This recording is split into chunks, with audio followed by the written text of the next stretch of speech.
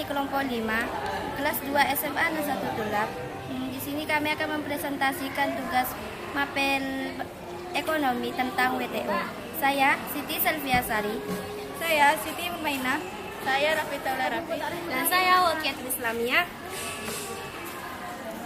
Keuntungan apa saja diperoleh Indonesia dengan bergabung WTO.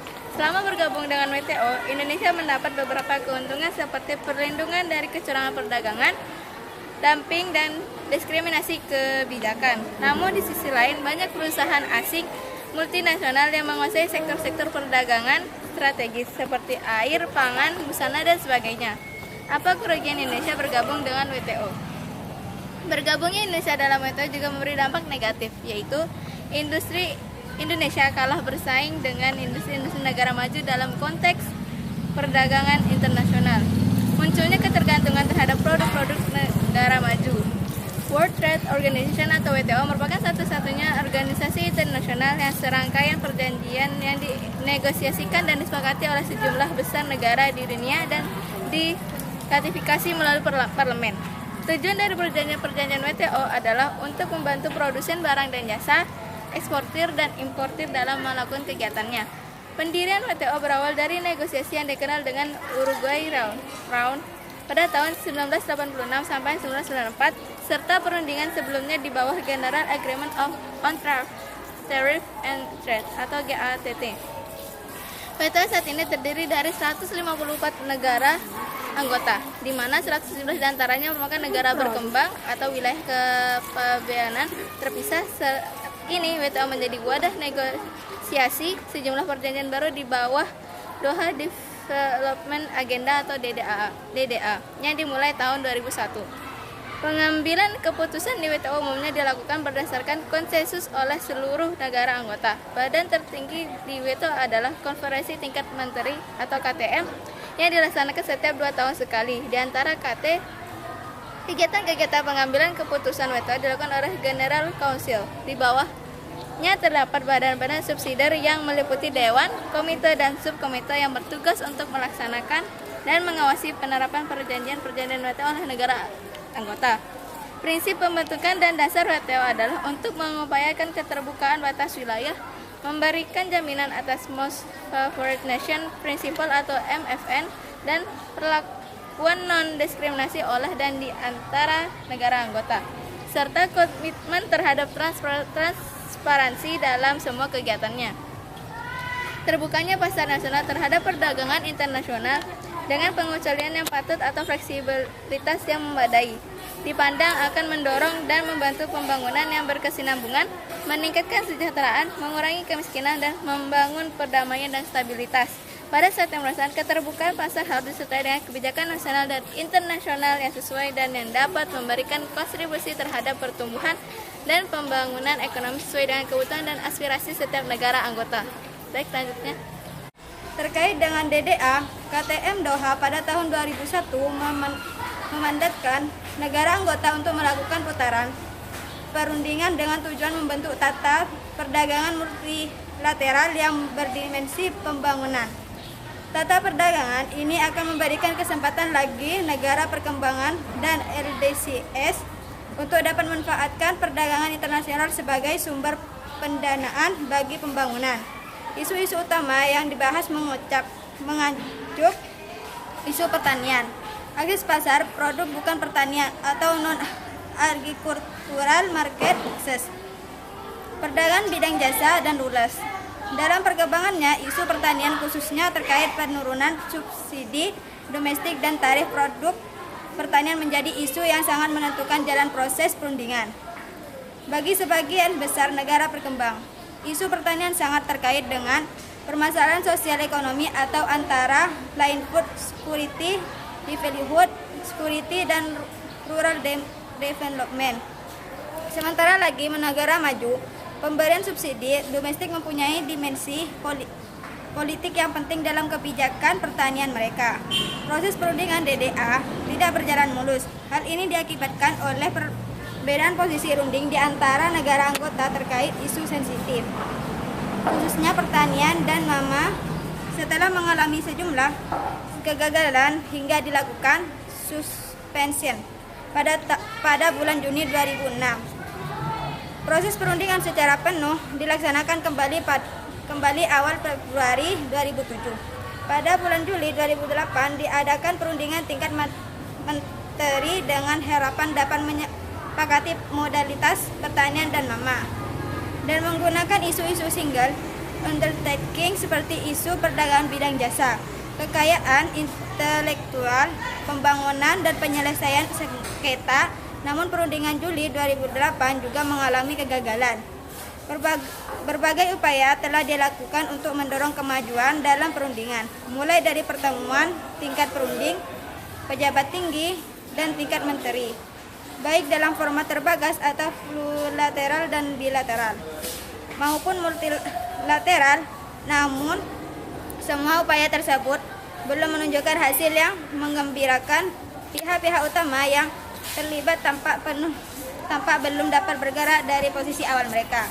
Target program kerja WTO di tahun 2011 adalah 9. Komit atau negotiating groups diharapkan mengeluarkan final text atau teks modalitas yang akan menjadi dasar kesepakatan single undertaking putaran Doha pada bulan April 2011. Selanjutnya, kesepakatan atas keseluruhan paket putaran Doha tersebut diharapkan selesai pada bulan Juli 2011.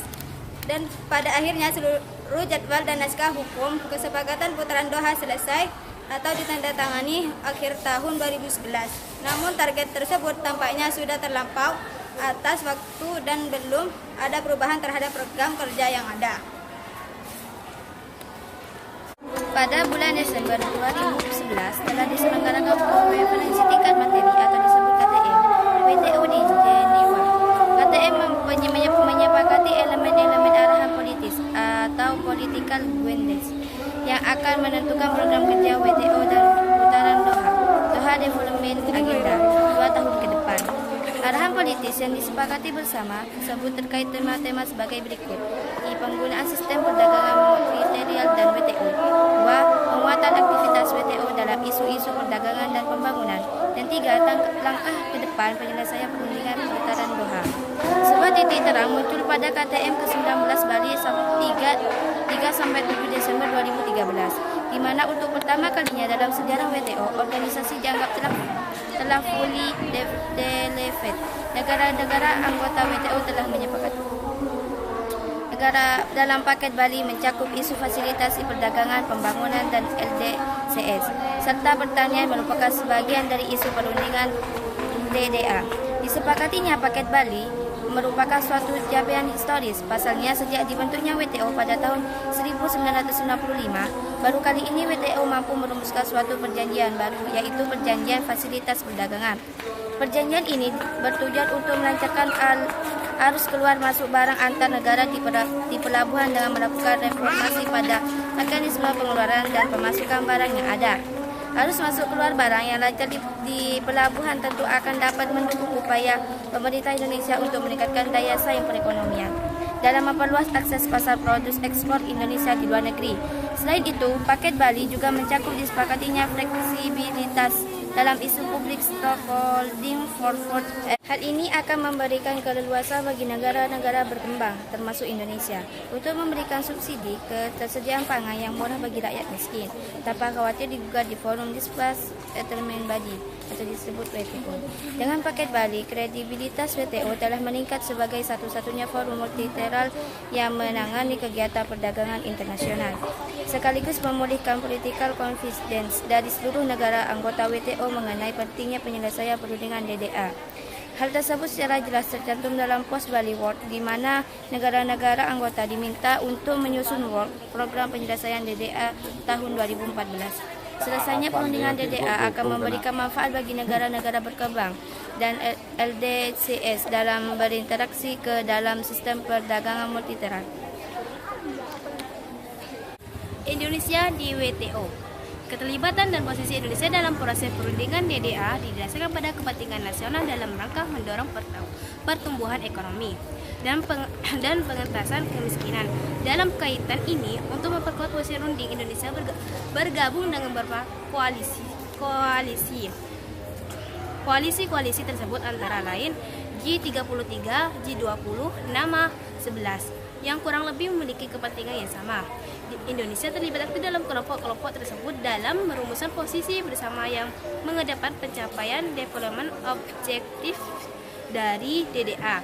Indonesia juga senantiasa terlibat aktif di isu-isu yang menjadi kepentingan utama Indonesia seperti pembangunan, kekayaan intelektual, lingkungan hidup, dan pembentukan aturan WTO yang mengatur perdagangan multilateral.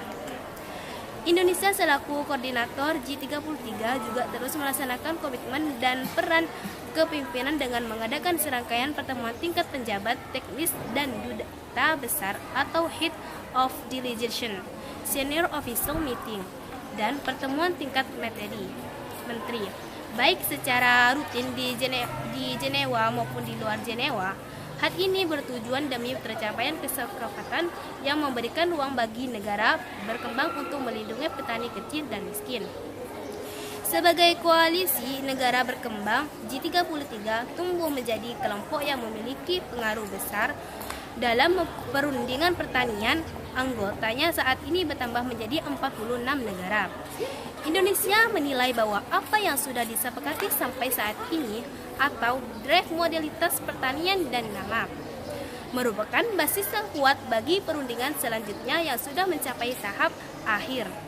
Dalam kaitan ini, adanya upaya untuk meninjau kembali kesepakatan umum yang sudah dicapai diharapkan tidak akan mengubah keseimbangan yang ada dan backtracking kemajuan yang sudah berhasil dicapai. Negara-negara anggota diharapkan bersikap pragmatis dan secepatnya menyelesaikan putaran Doha berdasarkan tingkat ambisi. Selanjutnya, diharapkan negara-negara anggota ini membicarakan ambisi baru pasca Doha, walaupun adanya dorongan dari negara maju untuk meningkatkan level of ambition akses pasar putaran Doha melebihi draft modalitas tanggal 16 Desember 2008. Indonesia memiliki kepentingan untuk tetap aktif mendorong komitmen WTO untuk melanjutkan perundingan Doha. Indonesia terbuka atas cara-cara baru untuk menyelesaikan perundingan dengan tetap mengedepankan sistem undertaking dan mengutamakan pembangunan bagi negara perkembangan LDCS atau terakhir di pertandingan 8 Januari 2014. Sekian presentasi dari kami, kurang lebihnya mohon maaf. Assalamualaikum warahmatullahi wabarakatuh.